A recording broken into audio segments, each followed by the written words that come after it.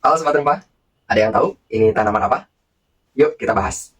Cengkeh atau Syzygium aromaticum adalah tanaman rempah yang biasa digunakan sebagai bumbu masakan untuk menambah cita rasa pada masakan.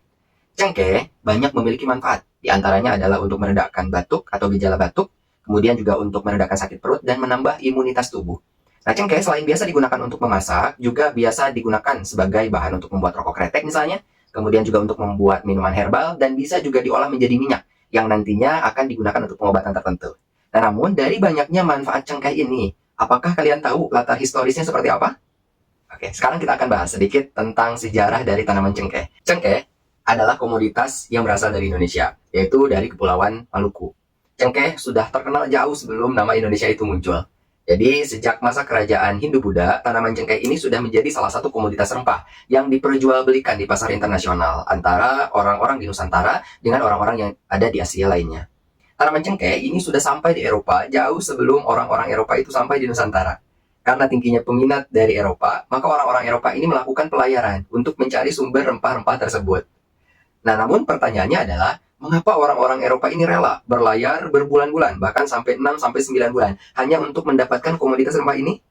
Jawabannya adalah karena cengkeh mampu memberikan cita rasa pada masakan, sekaligus memberikan kehangatan bagi orang-orang yang mengonsumsinya. Kita sama-sama tahu bahwa di Eropa tentunya memiliki iklim yang cenderung dingin, maka masyarakat mencari makanan yang bisa memberikan kehangatan untuk tubuhnya.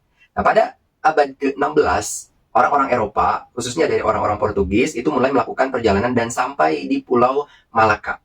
Pulau Malaka ini adalah tempat perdagangan, atau bisa disebut juga sebagai pusat perdagangan ketika itu, perdagangan rempah-rempah. Nah, namun Malaka ini bukan pusat penghasil rempah-rempahnya, karena pusat rempah-rempahnya ada di Maluku. Maka orang-orang dari Eropa ini melakukan perjalanan lagi ke Maluku.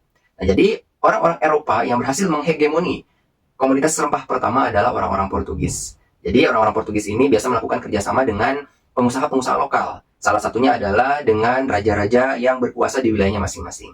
Nah, namun tanaman cengkeh ini tidak hanya selesai ketika itu saja.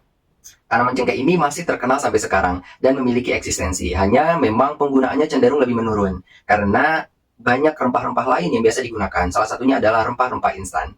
Menurut kalian, bagaimana di tempat kalian, khususnya untuk cengkeh ini? Silahkan boleh di kolom komentar. Terima kasih.